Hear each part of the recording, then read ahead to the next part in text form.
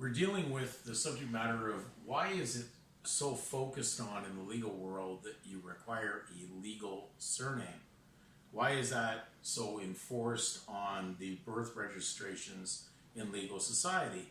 Well, it's because you're deemed to be a legal participant by birth.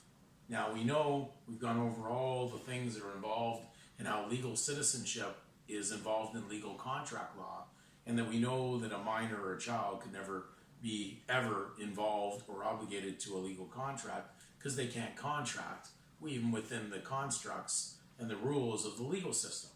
But why are they so needing that symbolically to be on the birth registration document the parents fill out at the hospital? Well, it is a symbolic legal foreskin. And we have to understand that this is a spiritual journey that we're actually in, and that you're in something that is there to reflect the position that all were born in under Adamic sin. You were born into something that said you were a sinner and a debtor. So they had to come up with a concept for those who were going to remain in sin and debt. So they came up with the title of a surname. And the lawyers represent the will of the devil.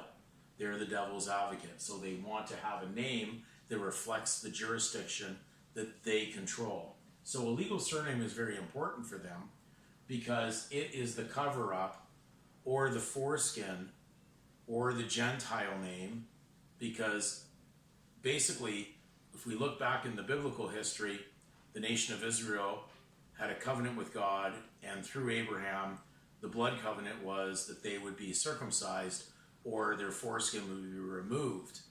In the world of legal, that kind of symbolically reflects those of the uncovenanted nations, they have those that would have a foreskin. So we're just going to define very quickly the definition of Christian, and it will give you the understanding. Now, this is 1755 Samuel Johnson's dictionary. It says the name given at the baptism distinct from the gentilidious name or surname. So it's separate, it's distinct. It's not the same. Then we're going to go over to Gentile, and this is very simple to understand, though most people didn't realize this was occurring in the name that they bear. But the word Gentile says one of an uncovenanted nation, one who knows not the true God. So while you carry a surname, you're considered to be of the nations that have nothing to do with God. They're godless. They don't know who the true God is. You do not have a covenant with them, and therefore you're under the legal system. So until you accept Christ or accept the sovereignty of God, you would have a legal foreskin in their arrangement. And therefore you'd be bearing that name, walking with it, activating it, and acting as a guarantor and a surety for it, so they know which side you're on.